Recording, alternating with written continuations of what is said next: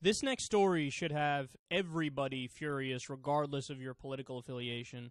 There's a woman in Minnesota named Angela Brown, and her 15-year-old son, Trey, suffered a traumatic brain injury at a baseball game 3 years ago. So the symptoms of this injury are really horrific. They include uncontrollable muscle spasms, seizures, suicidal thoughts. In fact, he tries to commit suicide fairly often. According to the mother, whenever she leaves the room, even to go to the bathroom or something, she's afraid that he's going to act and try to commit suicide. And just a general feeling that, quote, "It just hurts in my brain everywhere. I really can't explain the pain." So whatever the injury is, something fucked up. Something malfunctioned in his body that leads to this insane chronic pain. Well, doctors tried everything to stop the pain, and nothing worked. Until a doctor prescribed a specific strain of cannabis oil. Now, there's been quite a few stories in the past of, I remember one that was a young girl who lived in New Jersey, and the family literally moved to Colorado to continue to get medical marijuana for their daughter because Chris Christie would not extend medical marijuana to children if they need it. So there are plenty of examples of certain forms of marijuana oil, strains of it, that really do a good job with chronic seizures that some people have. So that's what we're dealing with here. Quote, "Within an hour of him taking it, we could tell a difference. It worked. The pain went away." So what happens next is a story that's straight out of the 7th century or Taliban-controlled territory. Quote, "When he returned to school, teachers and administrators wondered about his seemingly miraculous recovery. When Trey informed them, however, they were less than pleased." So what happened? They called the cops on his mom.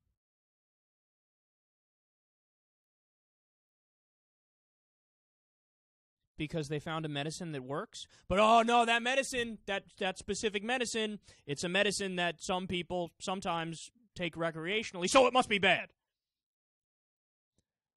Quote, "Police seized the oil and charged her with child endangerment and causing a child to need protection." No, this is like a comically stupid response. So what happened? Unsurprisingly, Trey's symptoms immediately came back, and now she's on trial for her crimes. Now, they're doing a legal fund for this. I want everybody to donate. Okay, they're doing a legal fund to try to raise money to help her not go bankrupt while she defends common sense, okay? And I want everybody who's listening to the show right now, if you can donate $1, if you donate $5, whatever, get it done. This is the United States of America. We're dealing with a policy here that honestly looks like some clerics or mullahs, some people in Saudi Arabia or Iran came up with it. We do not like drugs, so ban it. What are we going to do? And I'm serious about this. I've mentioned this before on air. Some people think I'm joking when I say it. I'm not joking.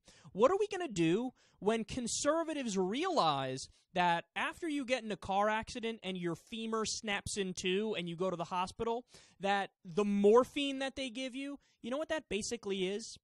Heroin. What are we going to do when these guys realize that morphine is heroin? What are we going to do when they realize that the painkillers you get after your wisdom teeth are pulled out, that they're giving you Vicodin or Percocet or OxyContin or oxycodone? We're dealing with opiates and opioids that react in the body the exact same way that heroin does. We're dealing with the same receptors here. What are we going to do? Because you know what if they're being consistent, if they're being objective, what are they going to say? Oh, drugs are bad. Drugs are bad. Heroin is addictive. We can't have this. Society needs to buck up and just deal with things without drugs. So, okay, just like we're going to lock up people for using cannabis for medical reasons, we're going to lock up people for sorry. Oh, you needed morphine because your fucking spleen was bleeding out? Sorry. It can't. Nope. That's not okay. You're degrading the morals of our society. What a joke! What a joke! How about you leave the medical science to the medical experts? Leave the science to the scientists. Let the doctors do their thing. Who the fuck are law enforcement to come in and say, I personally disagree with what you're doing from a moral perspective, so no. But no. I mean, you idiots, every single drug that works has a chemical reaction in the body. What do you think SSRIs, antidepressants do? They fuck with your serotonin levels to make you happier. That's a drug! What do you think caffeine does? Caffeine is an upper, it's a drug. What do you think Red Bull, Monster Energy, all these things are? What do you think nicotine is in cigarettes? That's legal. What do you think alcohol is? I mean, there's no consistency. There's no intelligence. It's just, we are operating off of momentum. The previous generation were fucking savage lunatics who didn't realize that there's some medicinal properties to something like marijuana. So we're going to just adopt the same belief and mentality as them, even though every study that comes out on marijuana says it helps 1,000 ailments.